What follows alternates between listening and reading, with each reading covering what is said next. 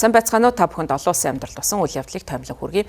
Америкийн нэгдсэн улсын цэргийнхэн Персийн болонд хүчээ зузаатгаж байгаа. За мөн Америкийн нэгдсэн улсын зүгээс Ирантай цөмийн хөтөлбөрийг зогсоох талаар яриа хэлцээ өрнүүлэхээр ярилцаж байгаа юм байна. За үүнтэй холбогдуулан Америкийн нэгдсэн улсын ерөнхийлөгч Дональд Трамп мэдээлэл гаргасан. За тэрээр мэдээлэлтэй дуртахтаа Иранд өгсөн хугацаа дуусаж байгааг анхааруулсан байна. За яаралтай яриа хэлцээ хийх нь талуудыг одоо дайн байлдааны мөргөлдөөнд орохоос бол сэргийлэх боломжтой гэж Америкийн зүгээс үзэж байгаа юм байна. За ерөнхийлөгч хэлэхдээ аврах том армада Иран руу сүр хүч урам зориг зорилготойгоор хурдан хөдөлж байна гэж хэлсэн. За энэ нь Америкийн нэгдсэн улсын тэнгисийн цэргийн полотын талаар хэлж байгаа зүйл юм байна. За үүний хариуд Ираны гадаад хэргийн сайд Аббас Аракчи тус улсын зэвсэгт хүчин хуурай газар болон далайгаар ирж болзошгүй альва төрөмгийлэлд шууд бөгөөд хүчтэй хариу үйлдэл үзүүлэхэд бэлэн хурууга гохон дээр тавьсан байгаа гэж мэдгдсэн. За Ираны цөмийн хөтөлбөр нь бол Ираны зүгээс хэлэхдээ бүхэлдээ инх тайвны зорилгоор цөмийн хөтөлбөрийг хөгжүүлж байгаа гэж мэдэгдэж байгаа ч гэсэн Америк болон түүний холбоотнуудын зүгээс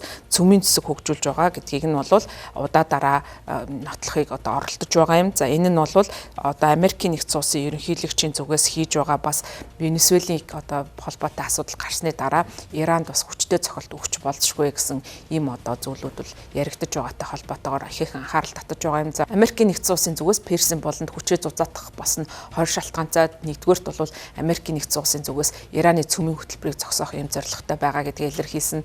За мөн Иранд өрнөж байгаа жагсаал цуглаантай холбоотой өнгөрсөн сарын сүүлээр эхэлсэн одоо 12 дугаар сарын сүүлээс эхэлсэн жагсаал цуглааны улмаас Иранд нөхцөл байдал хүндэрч байгаа. За олон мянган хүн амнасаа алдаж байгаа. За үүнтэй холбогдуулан Америкийн нэгдсэн улс интервенц буюу хөндлөнгөөс оролцох үйл ажиллагаа явуулна гэдгээ мэдгдсэн. За түүний хувьд мэдэгдэхтэй тусламж замдаа явж байна гэж хэлсэн. За дараагаар нь Америкийн нэгдсэн улсын ерөнхийлөгч Дональд Трамп өөрийнхөө хэлж байсан үг хэллэгээ өөрчилсөн. За жагсагчдыг цаадлах ажиллагаа зогссон сайн гэж тухайн үедээ мэдэгдэж байгаа. Америк төвдөө хүний эрхийн идэвхтүүдийн мэдээллийн агентлагийн мэдэгдэж байгаагаар 12 дугаар сүүлийн сараас одоо эхэлсэн өмнө самунаас хойш нийтдээ 5925 жагсагчдыг оролцуулаад 6301 хүн амь насаа алдсан гэдгийг баталгаажуулсан байна. За мөн 3-7 хоногийн дараа интернет асалсан ч гэсэн дахиад 17 мянган хүн нас барсан гэсэн ийм зүйл яригдж байгаа. За энэ тохиолдлыг Америк төвдөө энэхүү хүний эрхийн идэвхтнүүдийн мэдээллийн агентлаг үнэн эсхийг нь шалгаж байгаа юм байна. Харин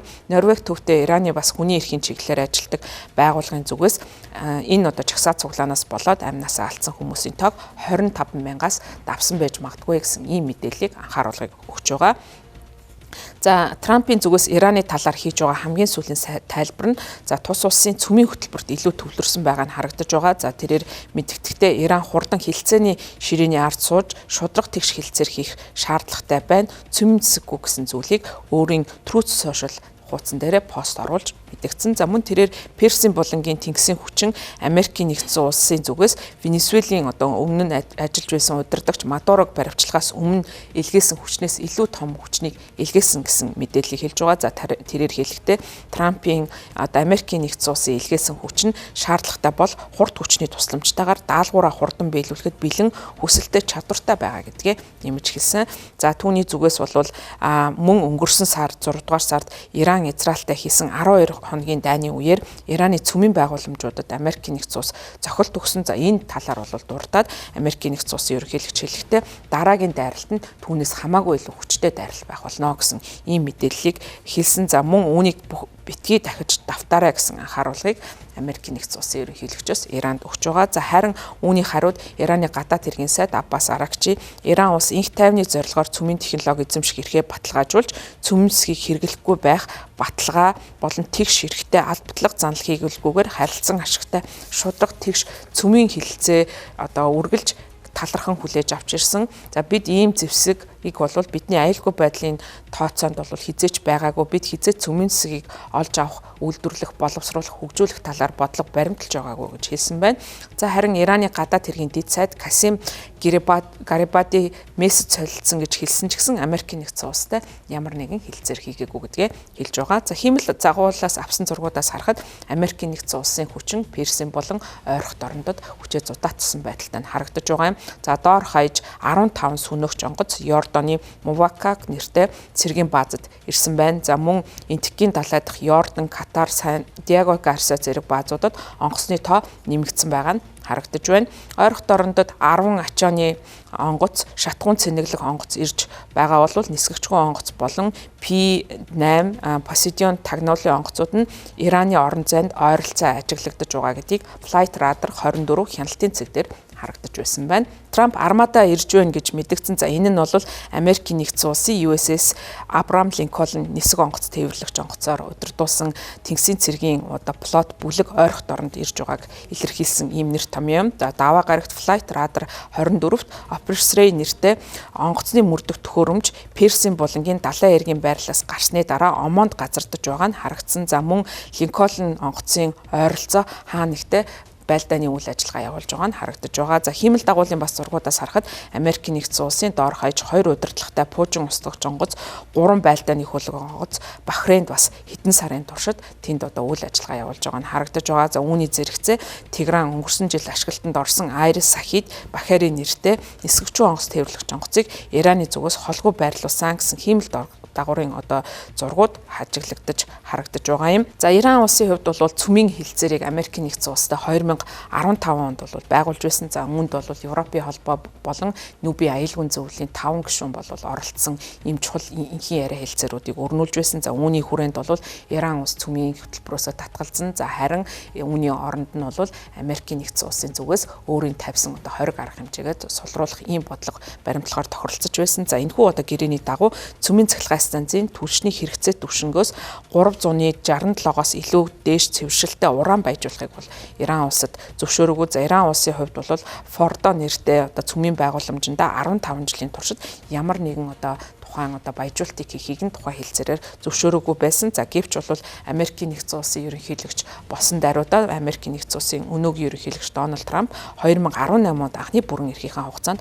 уг цөмийн хэлцээрээс цуцалсан. За ингээд цөмийн бөмбөг үйлдвэрлэх гэж оролдож байна гэсэн ийм шалтгааныг бол тухайн үедээ Иранд буруутгалыг хэлж байсан. За үүнээс болоод Америкийн нэгдсэн улсын 20 арга хэмжээд чангатгсан. За энэ нь бол Ираны эдийн засагт сөргөөр нөлөөлсөн ийм үйл явдал болж байгаа. За ер нь бол Ираны улсад болж байгаа зуршаал цагтааны гол шалтгаан бас эдийн засгийн нөхцөл байдалтай холбоотой. За хүмүүс нь бол эдийн засгийн нөхцөл байдалд оройтож байгаа. За Ираны мөнгөн тэмдэгтийн ханш огцон унж байгаа энэ үйл явдалтай холбогдуулан Ираны одоогийн удирдлага бол чадамжгүй байна гэж үзэж жагсаал цуглаан өрнүүлж байгаа. За үүнээс болоод бас олон хүн амь насаа алдж байгааг түрүүнд дурдсан. За энэхүү бас хэлэлцээрийн дагуу бас Иран улсад тодорхой хязгаарлалтуудыг бас тавьж магадгүй гэж үзэж байгаа. За хэрвээ Иран улстай цаашдаа Америкийн нэгдсэн улс цөмийн хэлэлцээр байгуулсан тохиолдолд тодорхой шаардлагуудыг бас тусгах магадaltaй гэж харж байна.